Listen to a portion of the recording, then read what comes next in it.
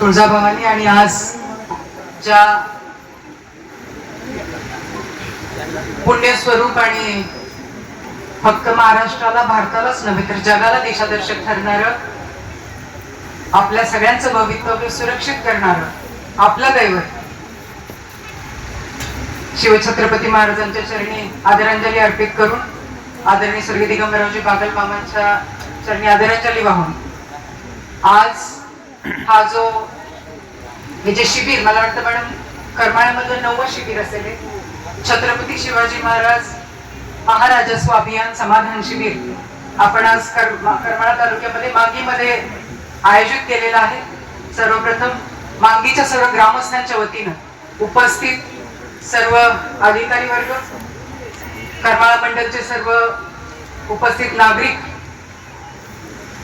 या भागाचे सर्वच कनिष्ठ ज्येष्ठ श्रेणी 1, 2, 3 चे सर्वच अधिकारी सर्व पत्रकार बंधू आणि व्यासपीठावरील सर्व मान्यवरांचे मी आमच्या ग्रामस्थांच्या वतीनं मनपूर्वक हार्दिक स्वागत करते। खरं म्हणजे आजचा हा शिबिराचा भाग हा बोलण्यापेक्षा करण्याचा जास्त आहे। ऊन इतकं आहे की बसायला सुद्धा नको वाटावं इतका प्रचंड उन्हाळा आहे। खरं म्हणजे हे शिबिर 3 तारखेला घ्यायचं होतं, तारीख फायनल झाली होती, 2 तारखेला घ्यायचं होतं। शासनाचा डिस्क्लेमर निघाला की 12 तारखेपर्यंत प्रचंड मोठी उन्हाळ्याची लाट आहे, उष्णतेची लाट आहे आणि त्याच्यामुळे शिबिर 16 तारखेला आपण घेतलेलं आहे। मी फार बोलणार नाही। आदरणीय तहसीलदार मॅडमचे, आदरणीय बीडीओ साहेबांचे, तहसील पंचायत समिती आणि सर्व स्तरातील शासकीय अधिकाऱ्यांचे मी आभार मानते। असं एक शिबिर करणं म्हणजे जवळपास 15 दिवस ते महिन्याची तयारी असते। हा दिसणारा हा आजचा भाग आहे पण याच्या मागची तयारी 15 दिवसाची असते। यासाठी शेकडो हात राबलेले आहेत। त्या प्रत्येकाचं मी करमाळा मंडळच्या वतीनं आम्हा सर्व ग्रामस्थांच्या वतीनं मनपूर्वक आभार मानते। जी साथ तुम्ही आम्हाला देताय आणि आज या अभियानाच्या निमित्तानं तुम्ही आम्हाला जी सेवा देताय त्यासाठी आम्ही सगळेजण तुम्हा सर्वांचे हात जोडून मनपूर्वक आभार मानतो। बऱ्याचदा गोष्टी अशा होतात की प्रत्येक सिस्टीम मध्ये चांगले आणि वाईट दोन्ही असतात। गव्हासोबत बऱ्याचदा किडेही रगडले जातात, परंतु सामान्य माणसाची 10 कामं झाली आणि 2 जरी राहिली तरी त्याच्या आयुष्यावरती प्रचंड मोठा परिणाम होऊ शकतो। ही गोष्ट लक्षात घेऊन आदरणीय मुख्यमंत्री महोदय देवेंद्रजी फडणवीस साहेब यांनी नव्यानं योजना पुढारली या योजनेला समाधान शिबिर नाव का दिलं गेलं तर इथून जाणारा व्यक्ती 2 प्रकार असतात। आपल्या ग्रामीण भागात आपण म्हणतो तोंडाला नुसती पानं पुसली म्हणतो ना, आपण तोंडाला नुसती पानं पुसली चेअरमन आपण बोलतो की कोळकर चेअरमन हे काय बोलवायचं आणि पाठवायचं। तर या योजनेच्या नावातच सांगितलेलं आहे की ते नाही करायचं। आलेल्याचं त्याला जी योजना पाहिजे, त्याचा जो अधिकार आहे, त्याला जो कागद मिळाला पाहिजे, त्याला जी सुविधा मिळाली पाहिजे, त्या बाबतीमध्ये त्याचं पूर्ण समाधान झालं पाहिजे। त्यामुळे हे समाधान शिबिर आणि माझी अपेक्षा आहे, माझी विनंती आहे की या शिबिराचं नाव आज या दिवशी सर्वच अधिकारी वृंद निश्चितपणे सार्थ करतील। बऱ्याचशा योजना आहेत, मला वाटतं सगळ्यांचे चार्ट लागलेले आहेत। काही ठिकाणी तुम्हाला माहिती घ्यावी लागेल, काही ठिकाणी तुम्ही सबमिट केलेला कागद तुम्हाला मिळेल। एखाद्या योजनेत तुम्ही सहभाग घेतला असेल तर त्याची वस्तू तुम्हाला मिळेल। एखाद्या बाबतीमध्ये तुम्ही नाव रजिस्टर केलं असेल तर नव्याने ती योजना तुम्हाला सुरू होईल। हा झालेला भाग, जो न झालेला भाग आहे, मला आवर्जून तुम्हाला सांगायचं की इथं आलेल्या प्रत्येक व्यक्तीनं आम्ही मांगीमध्ये झालेल्या शिबिराचा आम्ही सुद्धा रेकॉर्ड ठेवणार आहोत। आम्ही आमच्या स्वतःच्या ऑफिसच्या वतीने याचा आम्ही स्वतः पाठपुरावा घेणार आहोत। त्याच्यामुळं इथून पुढं मी आलो पण मला ही अडचण आली, मी आले पण मला ही योजना मिळाली नाही, मी उपस्थिती लावली पण माझा हा कागद द्यायला वेळ लागतो, मी इथं गेले पण आणखीनही माझं समाधान झालेलं नाही, त्या व्यक्तीने इथंच न थांबता 4, 5, 6, 7 दिवस जे योग्य आहे, जेवढा वेळ लागतो तेवढाच वेळ अधिकाऱ्यांना द्या।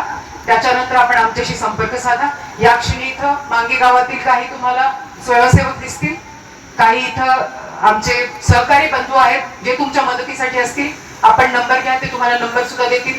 त्या टेबलला ज्याला समजत नसेल त्यांची मदत घ्या। शासकीय अधिकारी तर आहेच आहेत, परंतु भविष्यामध्ये तुम्हाला काही अडचण आली तर आजचाच दिवस समाधानाचा नाही हे लक्षात ठेवा। अडचण आल्याच्या नंतर सुद्धा आपण भेटा आणि आपलं काम मार्गी लावून घ्यावं ही विनंती करते। पण छोट्या छोट्या गोष्टी असतात। परवा दिवशीच आमच्या ह्याच भागामध्ये हेलस्टॉर्म आला, मोठ्या प्रमाणामध्ये अचानक वादळ आलं, इतकं वारं आलं की माझ्या गावामध्ये, आसपासच्या गावामध्ये झाडांचं नुकसान झालं, फळं पडली, प्रचंड त्रास लोकांना झाला.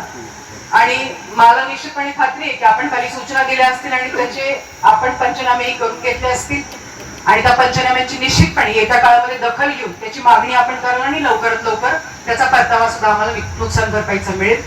याशिवाय 24-25 साली झालेल्या अतिवृष्टीचे पंचनामे होऊन आलेला जो निधी आहे, या बाबतीमध्ये परवा दिवशी आदरणीय महसूल मंत्री साहेब जेव्हा आले तेव्हाही विनंती केली गेलेली आहे. नागरिकांमधून विनंती होतीये की मी फक्त करमाळा मंडळ पुरती करते, मी संपूर्णपणे करमाळा तालुक्यासाठी करते की हे जे लाभार्थी आहेत ज्यांच्या नावे त्या आपत्तीग्रस्त निधीमधून पैसे आले, आजपर्यंत ती यादी क्लिअरली कोणालाही दिली गेलेली नाहीये. मी पत्र दिलेलं आहे, आदरणीय महसूल मंत्र्यांनी सूचना दिलेल्या आहेत, तर लवकरात लवकर ती सुद्धा यादी आपल्या ऑफिसच्या बाहेर लागेल आणि त्या लाभार्थींना त्यांचा लाभ, खरं म्हणजे आता 2 वर्ष झाली, ताबडतोब मिळेल याची काळजी आपण सगळेच मिळून घेऊ. शासकीय स्तरावरचं आणखीन वरचं काही असेल, आमच्या लायक काही काम असेल तर आपण निश्चितपणे सांगाल अशी अपेक्षा व्यक्त करते. आज या शिबिराकडे फक्त कागदपत्र दाखले या दृष्टीने बघू नका. बऱ्याचदा असं होतं की एखादी योजना आलेली असते, दररोज जाणारा हजीर तो वजीर ती योजना पटकावून बसतो, आपण दररोज एखाद्या ऑफिसला जाऊ शकत नाही आणि त्या योजनेपासून आपण वंचित राहतो. असं जर काही प्रकरण असेल, अशा जर काही गोष्टी असतील तर इथे येऊन योजना आपण आवर्जून समजून घ्याल अशी अपेक्षा व्यक्त करते. महिलांची संख्या मोठ्या प्रमाणावरती आहे, कुठल्याही लाईन मध्ये महिलांना पहिल्यांदा प्रायोरिटी दिली जावी. दाखल्यांची प्रचंड मोठ्या प्रमाणावरती अडचण करमाळा तालुक्यामध्ये जाणवते असं कानावरती येतं. आम्ही या बाबतीमध्ये आम्ही आवाज उठवलेला आहे. दाखल्यांच्या बाबतीमध्ये जिथं जिथं अडचण येईल, ती करमाळा असेल, ती कुर्डवाडी ऑफिस असेल किंवा ती सोलापूर ऑफिस असेल, आपण आवर्जून संपर्क साधावा.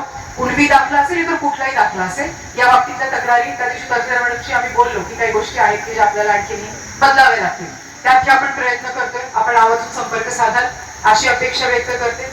सरते शेवटी गाव करीत ते राव करू शकत नसतो.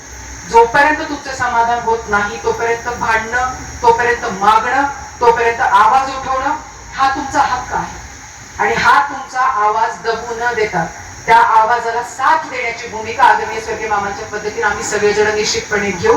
तुम्ही फक्त पोहोचा. आज खरं म्हणजे पालकमंत्री महोदय या कार्यक्रमाला अपेक्षित होतं, त्यांनी स्वतःच्या शुभेच्छा पाठवल्यात. काल आदरणीय मुख्यमंत्री महोदय तिथं होते, आज काही मीटिंग्स लागल्या आणि त्यामुळं ते या कार्यक्रमाला उपस्थित राहू नाही शकले, परंतु त्यांनी शुभेच्छांसह हाही निरोप पाठवलेला आहे की करमाळा तालुक्यातल्या कुठल्याही कामाला लहान न समजता इथल्या प्रत्येक योजनेला, इथल्या प्रत्येक कामाला, इथल्या प्रत्येक अडचणीला तुमचा पालकमंत्री म्हणून मी कटिबद्ध आहे, मी तुमच्या सोबत आहे अशा प्रकारचं सुद्धा आवाहन आदरणीय पालकमंत्र्यांनी केलेलं आहे. मी असेल, दिग्विजय बागल असतील, आमचे सगळे सहकारी असतील, आम्ही निश्चितपणे आपल्या सोबत आहोत. योजनेचा लाभ घ्यावा. मला वाटतं पाण्याची सोय पलीकडे केलेली आहे, महिलांच्या आणि पुरुषांच्या शौचालयाची सोय आहे. दिवसभर उन्हाळा खूप आहे, कामाच्या गडबडीमध्ये पाणी प्यायचं विसरू नका. किती नाही म्हटलं तरी आपण शेतकरी असतो आणि आपल्याला उन्हाची सवय जरी असली तरी उष्माघाताचं प्रमाण वाढतं, त्यामुळे दिवसभर प्रत्येकाने स्वतःची काळजी घ्यावी आणि या योजनांचा, या शिबिराचा लाभ घ्यावा ही विनंती करते. खास आभार आदरणीय तहसीलदार मॅडमचे सुद्धा मानते. आपण एक म्हणतो की आउट ऑफ वे जाऊन म्हणजे जास्त प्रयत्न करून इथं जास्तीत जास्त योजना आणण्याचं काम त्यांनी आणि त्यांच्या सहकार्याने केलं. पंचायत समितीच्या आमच्या सगळ्या सहकार्याने केलं, त्याबद्दल त्यांचे आभार मानते. आणि आम्ही अपेक्षा अधिकाऱ्यांकडूनच करणार. कधीतरी असंही होईल की आम्ही एखादी गोष्ट समाधान न झाल्यामुळे चिडून बोलू, आम्ही तुम्हालाच म्हणणार, तुम्ही आम्हालाच म्हणणार. याचा अर्थ एखाद्या नागरिकाने जर तुमच्याकडे तशी मागणी मांडली तर त्याला तक्रार न समजता ती त्याची अपेक्षा बोलते तुमच्याकडून, माझ्याकडून, निश्चितपणे आपण सगळ्यांनी समजून घ्याल आणि त्याचा निपटारा कराल अशी अपेक्षा व्यक्त करते. पुनश्च एकदा सगळ्यांचे मनपूर्वक आभार मानून आजच्या शिबिराला शुभेच्छा देऊन मी आपली रजा घेते. धन्यवाद. जय हिंद, जय महाराष्ट्र, जय श्रीराम.